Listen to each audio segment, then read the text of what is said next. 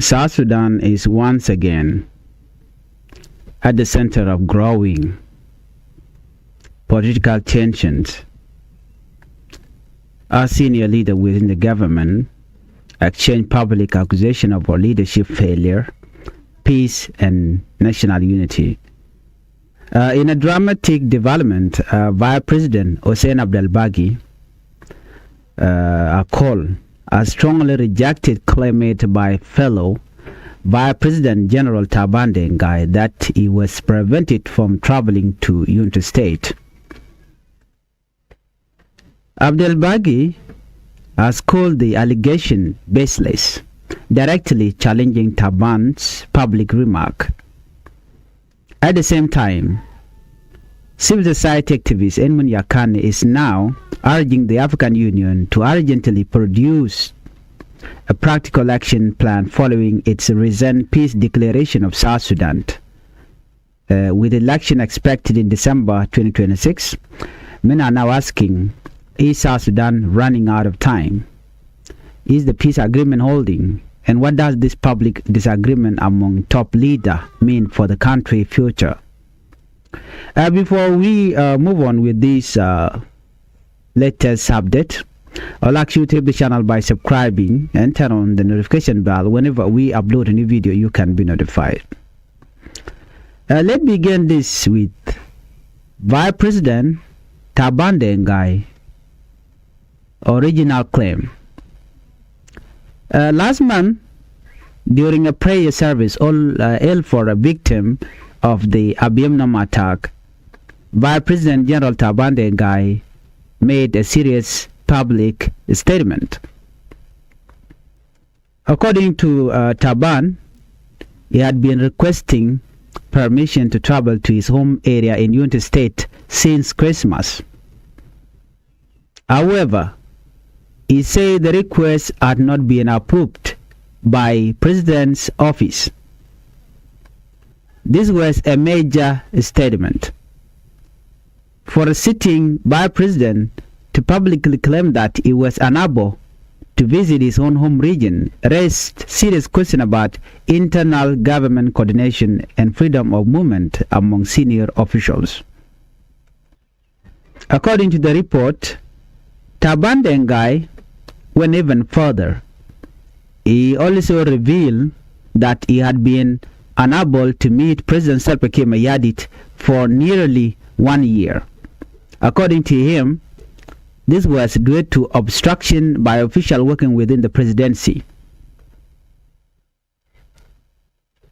This statement quickly caught national attention because it suggests possible division or gatekeeping at the highest level of government. Interestingly, only day after making this complaint public, Taban Deng reportedly met with President Salva Kiir Mayardit. This immediate raised further political speculation. Many observers began asking whether the public pressure forced the meeting to happen. Other questions were whether Taban's claims were exaggerated. These questions are now central to the the political debate. So let's look at this. Abdelbagi responds strongly. Speaking during a memorial service in Juba on Saturday, April 4th, 2026, in honor of the late Chief Tungwar Kwegwong, right of the Lake Nuer community, Abdelbagi openly dismissed Taban narrative. He said he was not convinced by Vice President Taban Deng explanation. According to Abdelbagi, the claim that Taban was blocked from traveling to Bentiu is simply not believable. In his word, the allegation is baseless.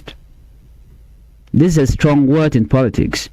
Calling a fellow Vice President statement baseless means Abdelbagi is directly questioning Taban's credibility. Abdelbagi went on to explain a previous conversation he had with Taban. He said he heard him directly. Since Dr. Machar is currently detained, Taban Deng is now one of the most prominent leaders from Bentiu and Unity State.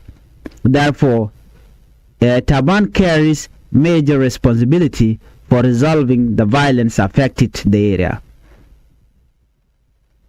According to Abdelbagi, he told Vice President Taban Deng that there are killing and conflict involving neighboring communities that are essentially part of the same people.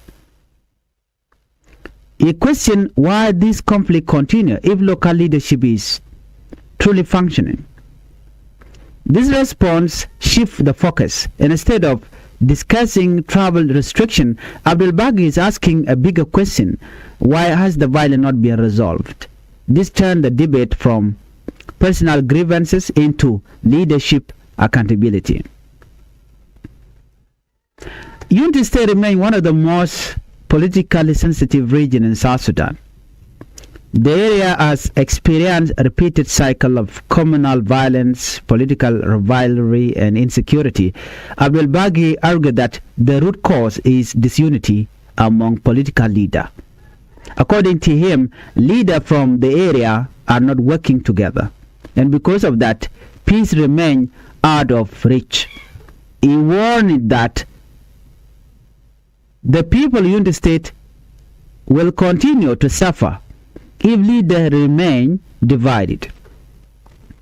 His statement was especially strong when he said that continued disunity could cost the region its seat in the national government. This is politically significant.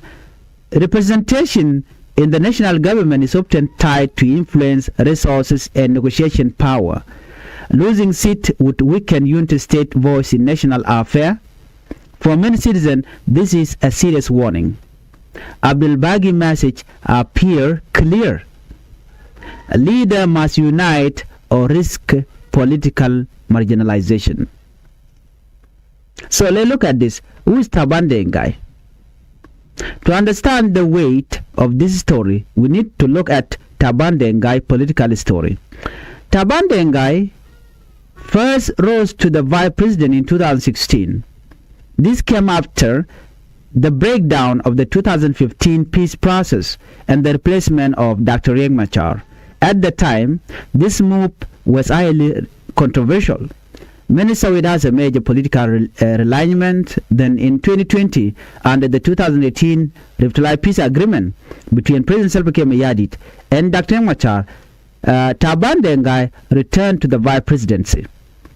South Sudan's power sharing deal currently allows for 5 vice presidents representing different political parties and stakeholders. This arrangement was designed to maintain balance and reduce conflict. However, recent events suggest tension still remain. With Dr. Machar currently detained and facing treason charges, Taban's political role has become even more important. This is why Abdelbagi remarked about Taban being the key leader from Bentiu are politically meaningful. The memorial service itself also became a major political platform. The event was held in honor of the late Sultan Tungwar Kwegwong Red. Sultan Tungwar was a respected traditional leader within the Lake Nuer community. Born in 1936, he played several leadership roles over decades, from border chief in 1969 to head chief in 1985, and later county commissioner in 2001. His leadership legacy remains significant. His funeral, therefore, attracted many senior officials and community leaders. But beyond mourning, the event became a place for public call for peace, unity, and accountability. This shows how deeply politics and community leadership are intertwined in South Sudan. Let's move on to another major story. Africa Union Peace Declaration. Now let us move to the second major development. Civil society activist Edmund Yakan is now demanding urgent action from the African Union. Yakan, who lead CEPO organization, say solidarity alone is not enough. He warned an immediate and practical action plan. This follows the recent declaration by the African Union High-Level Committee, commonly known as C5. The committee renewed its political commitment to help South Sudan transition from violence to peace through the 2018 peace agreement. The government cabinet officially endorsed this declaration on March 28, 2026. But Yakani warned that time is running out. Why? Because the country is preparing for election scheduled for December 2026. That means every delay now could directly affect election readiness. According to Yakani, April 2026 is critical. He warned the C5 to develop a roadmap this month. A roadmap means concrete step, not just a speech, not just declaration, but clear timeline, responsibility, and implementation measures.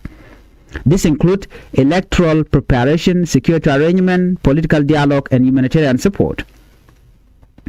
So, what the African Union is demanding? What were they demanding? The African Union Committee chaired by South African presidency, Ramaphosa has already expressed serious concern about South Sudan political and security situation. During the February 2026 African Union Assembly in Addis Ababa, the committee called for several urgent measures. First, an immediate ceasefire. Second, full implementation of the 2018 peace agreement. Third, free and credible election by December 2026. Fourth, the release of political detainees. And finally, stronger coordination between IGAD, the United Nations, and the African Union. This is a comprehensive set of demand. It reflects concern that the transition period could fail if urgent action is not taken. The African Union also appealed for humanitarian assistance and technical support. This includes possible financial support for election preparation. So what does all of this mean for South Sudan? First, the public disagreement between senior vice president signal growing internal tension. Second, the continued insecurity in unity state remains a major national challenge. Third, pressure from civil society and international partner is increasing. And finally, the countdown to the December 2026 election is now becoming a major test. Will leaders work together? Will the peace agreement survive? Can election happen on time? These are the questions shaping the future of South Sudan. What do you think? Do you believe by President Taban Deng was truly restricted from traveling?